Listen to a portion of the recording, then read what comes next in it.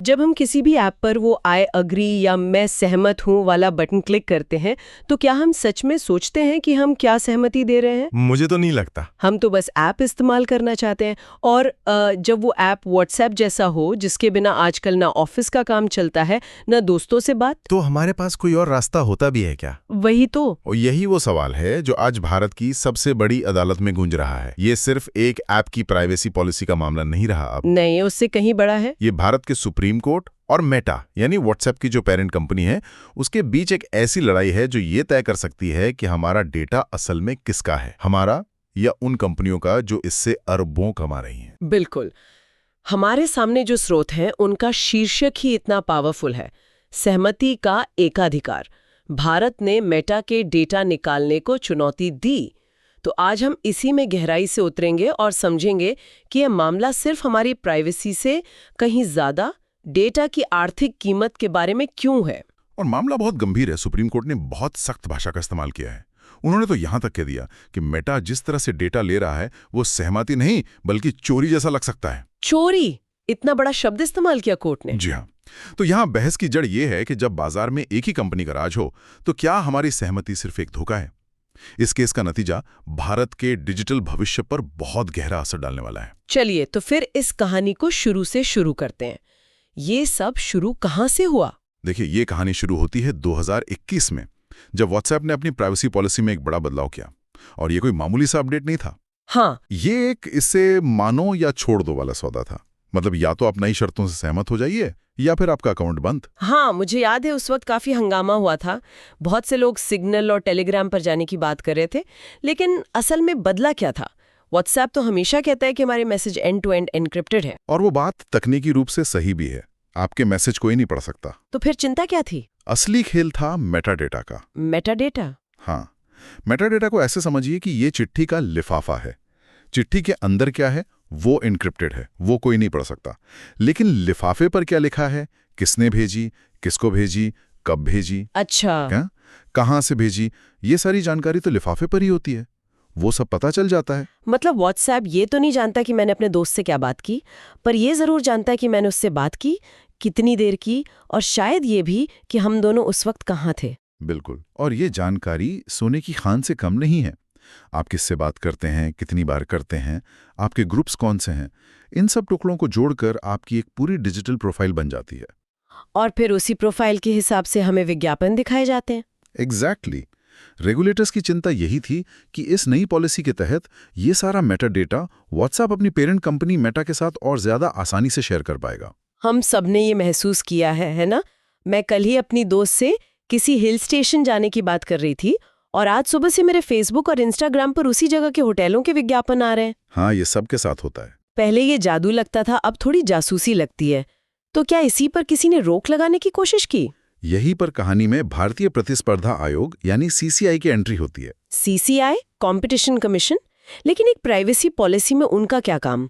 उनका काम तो ये देखना है कि बाजार में कोई कंपनी अपनी ताकत का गलत इस्तेमाल न करे। सीसीआई ने इसे एक अलग ही नजरिए से देखा।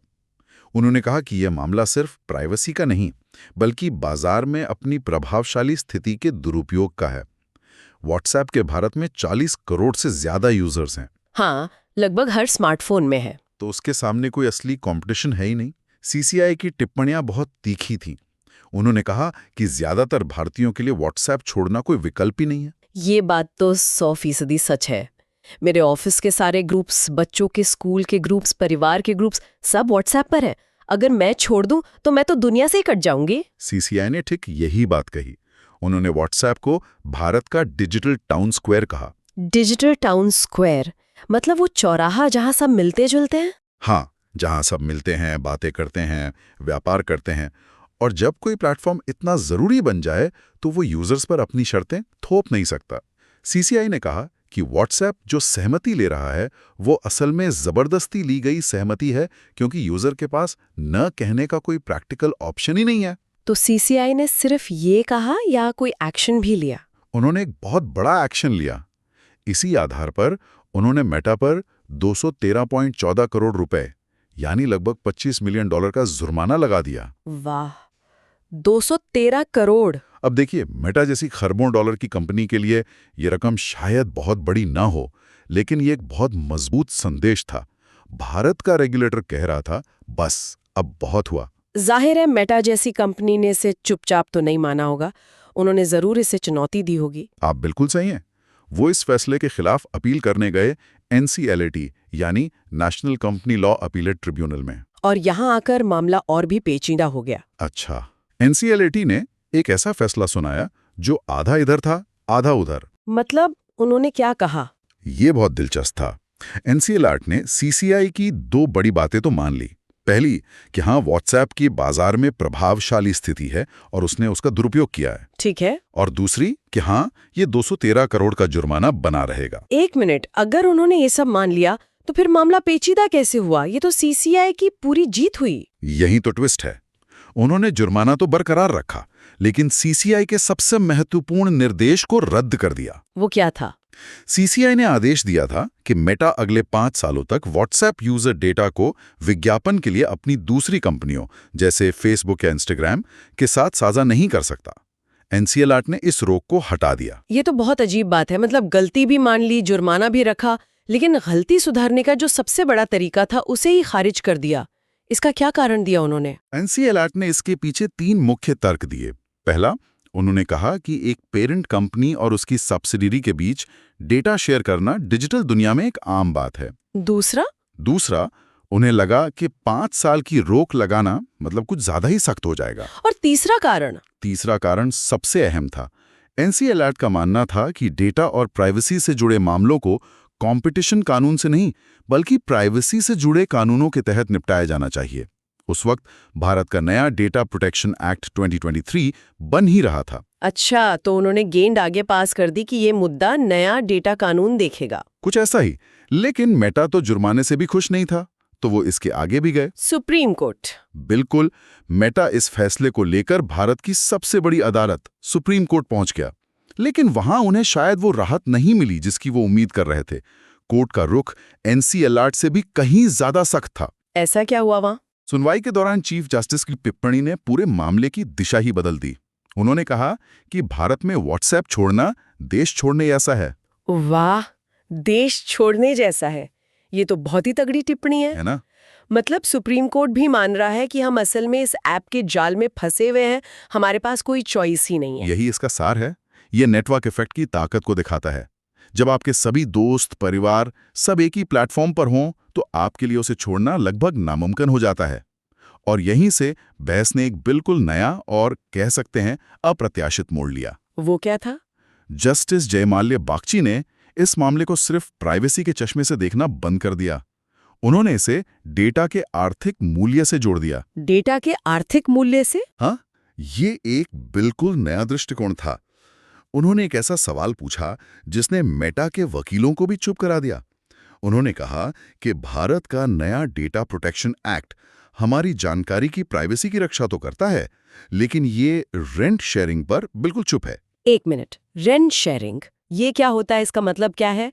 क्या कोर्ट ये कह रहा है कि अगर मेरे डेटा से मेटा विज्ञापन बेचकर 100 रुपए कमाता है तो उसमें से कुछ रुपए मुझे भी मिलने चाहिए? आप बिल्कुल सही जगह पहुंची हैं। क्या ये सच में हो सकता है? यही तो इस बहस का सबसे क्रांतिकारी पहलू है। जस्टिस बागची ने यही सवाल उठाया। जब प्लेटफॉर्म हमारे डेटा से पैसा कमाते हैं तो उस मुनाफे में हक किसका है? अगर भारतीय यूजर्स के व्यवहार से अरबों का मुनाफा कमाया जा रहा है तो उस मुनाफे का मालिक कौन है? क्या वो सिर्फ मेटा है? ये सवाल तो पूरे फ्री इंटरनेट के बिजनेस मॉडल पर ही हमला है। हम हमेशा सोचते हैं कि व्हाट्सएप और फेसबुक मुफ्त है, लेकिन वो मुफ्त नहीं है। कोर्ट कह रहा है कि हम अपनी जानकारी देकर इनकी कीमत चुका रहे हैं, और अब कोर्ट पूछ रहा है कि क्या हम सही कीमत चुका रहे हैं? बिल्कुल। कोर्ट का ये तर्क डेटा इज प्रॉपर्टी यानी डेटा एक संपत्ति है, इस फ्रेमवर्क की ओर इशारा करता है। यह सोच यूरोपियन यूनियन के कानूनों जैसी है, न कि अमेरिका के ज्यादा उदार रवैये जैसी। और कोर्ट ने सिर्फ सवाल ही पूछा या सरकार से भी कुछ कहा? उन्होंने भारत सरकार के इलेक्ट्रॉनिक्स और सूचना प्रौद्योगिकी मंत्रालय MEIT से इस गहरे नीतिगत सवाल पर अपना रुख साफ करने को कहा है। और वो सवाल क्या है? सवाल ये है, क्या सिर्फ नागरिकों की प्राइवेसी की रक्षा करना काफी है, या फिर किसी देश के नागरिकों के सामूहिक डिजिटल डेटा का जो विशाल आर्थिक मूल्य है उसे एक नई तरह की राष्ट्रीय संपत्ति मानकर एक संप्रभु सुरक्षा की जरूरत है? आसान शब्दों में कहें तो क्या भारत को अपने नागरिकों के डेटा को तेल या सोने जैसे राष्ट्रीय संसाधन की तरह देखना चाहिए? बिल्कुल, यही सवाल है। ये तो बहुत बड़ा सवाल है। तो इन सब सख्त टिप्पणियों और गहरे सवालों के बाद आज हम कहाँ खड़े हैं? इस मामले का निचोड़ क्या है? निचोड़ ये है कि भारत की न्यायपालिका का सब्र अब जवाब दे रहा है। पहली बात साफ है, कोर्ट फ्री इंटरनेट के उस मॉडल से बहुत असहज है जहां यूजर्स का डेटा चुपके से काटा जाता है। कोर्ट की एक और टिप्पणी बहुत सटीक थी। कौन सी? कि यूजर्स सिर्फ उपभोक्ता नहीं बल्कि उत्पाद भी हैं। मतलब हम ग्राहक नहीं हैं, हम वो सामान हैं जिसे बेचा जा रहा है। और अब इस मॉडल को चुनौती दी जा रही है। वो टारगेटेड विज्ञापन जो हमें निजी बातचीत के बाद दिखते हैं, उन्हें अब इनोवेशन नहीं बल्कि हमारी निजता में दखलंदाजी माना जा रहा है। दूसरी बड़ी बात यह है कि कोर्ट ने भारत की जमीनी हकीकत को समझा है। उन्होंने संकेत दिया कि भारत जैसे देश में जहां डिजिटल साक्षरता में इतनी असमानता है, हाँ, सब लोग तो पॉलिसी नहीं पढ़ सकते। बिल्कुल, तो वहां सिर्फ एक बटन पर अग्री क्लिक करवा लेना सच्ची सहमति नहीं मानी जा सकती। तो अंत में कोर्ट ने मेटा से क्या कहा? क्या उन्हें कोई आदेश दिया गया? कोर्ट ने मेटा को एक सीधा अल्टीमेटम दिया है। उन्होंने साफ कहा, या तो आप कोर्ट में ये वचन दे कि आप व्हाट्सएप यूजर्स का पर्सनल डेटा अपनी किसी भी दूसरी कंपनी के साथ शेयर करना बंद कर देंगे, और अगर नहीं तो? या फिर आपकी अपील खारिज हो सकती है और हम आप पर बहुत सख्त शर्तें लगा सकते हैं। मतलब अब गेंद पूरी तरह से मेटा के पाले में है। उन्हें चुनना होगा, डेटा या भारत का बाजार। बिल्कुल, कोर्ट का इशारा एकदम साफ है। भारतीय यूजर्स अब डेटा के निष्क्रिय स्रोत नहीं है। अदृश्य तरीके से डेटा निकालने का जो मॉडल दशकों से चला आ रहा है, शायद अब उसका अंत निकट है। तो हमने देखा कि कैसे 2021 का एक छोटा सा पॉलिसी अपडेट भारत की सबसे बड़ी अदालत में डिजिटल अर्थव्यवस्था के बुनियादी मॉडल पर एक मौलिक बहस में बदल गया। हाँ, और ये मामला अब सिर्फ व्हाट्सएप या मेटा के बारे में नहीं, ये भारत के डिजिटल भविष्य की दिशा और हमारे डिजिटल अधिकारों के बारे में है। तो जाते जाते हमारे श्रोताओं के लिए कोई एक विचार जिस पे वो सोच सकें। हाँ, अंत में हम श्रोताओं के लिए वही विचार छोड़ जाते हैं जो सीधा हमारे स्रोतों से निकला है और इस पूरी चर्चा का सार है। क्या नागरिकों की सिर्फ गोपनीयता की रक्षा करना ही काफी है, या फिर किसी देश के नागरिकों के सामूहिक डिजिटल डेटा का जो विशाल आर्थिक मूल्य है, क्या उसे एक नए प्रकार की संप्रभु यानी राष्ट्रीय और नियामक सुरक्षा की आवश्यकता है? क्या हमारे डेटा को एक राष्ट्रीय खजाने की तरह देखा जाना चाहिए?